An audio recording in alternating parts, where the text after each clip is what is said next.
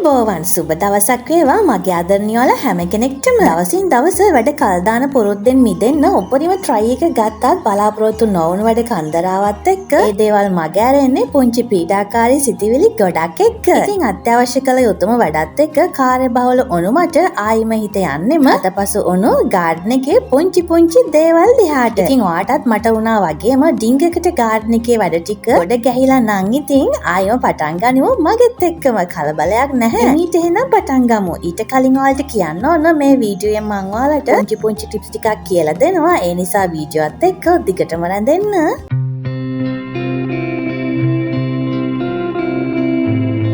ඉතින් මට්ටමකට තනකොළ වැව්වත් ඒ අතරින් පතර වෙනස් තනකොළ පැලවෙන්නේ එක ටිකක් හරිම කරදරකාරී. ඉතින් ගලවලම තමයි ඉවත් කරගන්නට ඕන. ඔයා ගාඩන් එක වටේ යද්දී ඒ වගේ තනකොළ ගහක් දෙකක් දැක්කොත් එවලෙම ගලවලා දාන්න පුරුදු වෙන්න. එහෙම නැති වුණොත් ග්ලාස් කටර් එකෙන් තනකොළ කපන වාරයක් ගන්නෙම ওই තනකොළ මොට වෙලා ආයිම වැඩෙන්නේ ගොඩක් ඝනකමට. ඒ නිසා ඉතින් අතින්ම මුලත් එක්කම ගලවලා දැම්මහම ඉස්සරහට ඔයාලට හරිම ලේසි. මම බබාලාගේ වැඩත් එක කොයිතරම් කාර්යබහුල වුණාද කිව්වොත් මේ ජම්බොටි ලස්සන්ට පිපිලා තිබුණ පොට් එකේ දැන් හැටි බලන්නකෝ. ඉතින් ඔය වගේ වැඩ මටත් වෙනවා. ඉතින් ඉස්සෙල්ලාම අපි ඒ අනවශ්‍ය තනකොළ ගලවලා හිටපු වර්ග දෙක නිදහසේ පරිස්සමට වෙන් කරලා ඉවත් කරලා ඉමු. මොකද මේ වර්ග දෙක එකට හිටවලා බැහැනේ. ජපාන් රෝස, ඩුබයි රෝස, ටියාරා, සින්ඩරෙලා කියන ඔය වර්ග කලවමට හිටවන්න හොඳ නෑ කියලා මං ඔයාලට කලින් කියලා දීලා තියෙනවනේ. විස්තර ඕනෑට ඒ වීඩියෝ එක බලන්න පුළුවන්.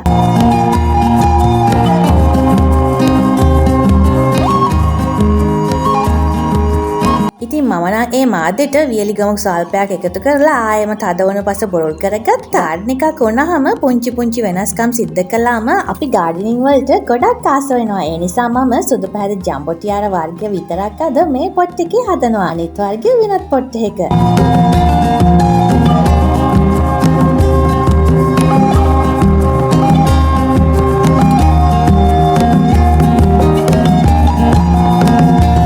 ඉතින් අතපසු වීම කොච්චරද කියනවනම් බලන්නකෝ. ඔයාලා එකම හිටවපු කපුරු පැල දෙකට වෙලා තියෙන දේ හැම දල්ලක් ගානෙම පුංචි පොහොට්ටු ගොඩයි. ඉතින් කප්පදු කරන්න ලෝභ හිතුණා. මේ මල් ඔක්කොම පිපිලා පරවුණාම මෙයාව අනිවාර්යයෙන්ම කප්පදු කරනවා. වියලි කලාපේ ඉන්න අය කපුරු හදන්න හරි බයයිනේ. එහෙම දෙයක් නෑ අනේ. ඒ ගැන වීඩියෝ එකකුත් තියෙනවා. ඕනි අයට ඒ වීඩියෝ එකත් බලන්න පුළුවන්. මම ඔයාලට මේ නිර්දේශ කරන හැම වීඩියෝ එකක්ම ඩිස්ක්‍රිප්ෂන් බොක්ස් එකේ අනිවාර්යයෙන්ම දාන්නම්.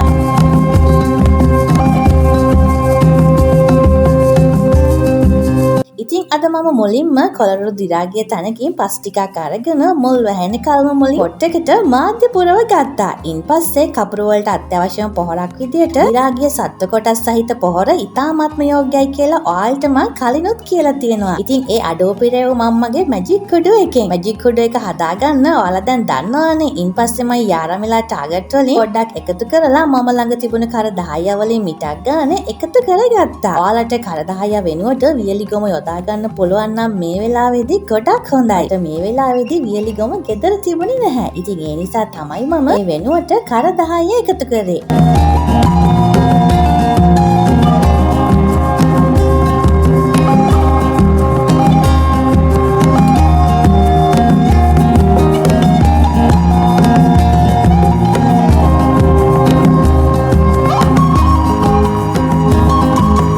වගේම කපුරු ශාකයේ මල් උත්තේජනයට මල් කපලා ඉවත් කරගන්නටම ඕන. කපුරු මල් වල බීජත් පැලවෙන නිසා මම ඒ පොට් එකටම ඒ පරවුණු මල් වල බීජ මෙන්න මේ විදියට ඇතිරෙව්වා. බීජ පැලවුණොත් එහෙමයි නැත්නම් පොහොරක් විදියට හරි ක්‍රියාත්මක වෙන්නේ.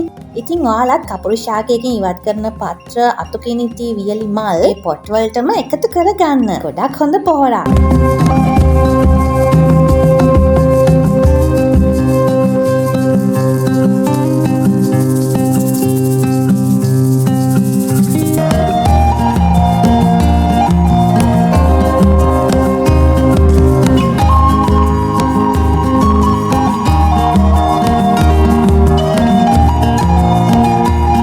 බලන්නකො දැන් කොරබක් මී පැලේ ඉස්සෙල්ලාම පිපුණු මල මං ඔයාලා එක්ක බෙදාගත්තනේ. අද වෙද්දී මල් වැඩියෙන් පිපිලා.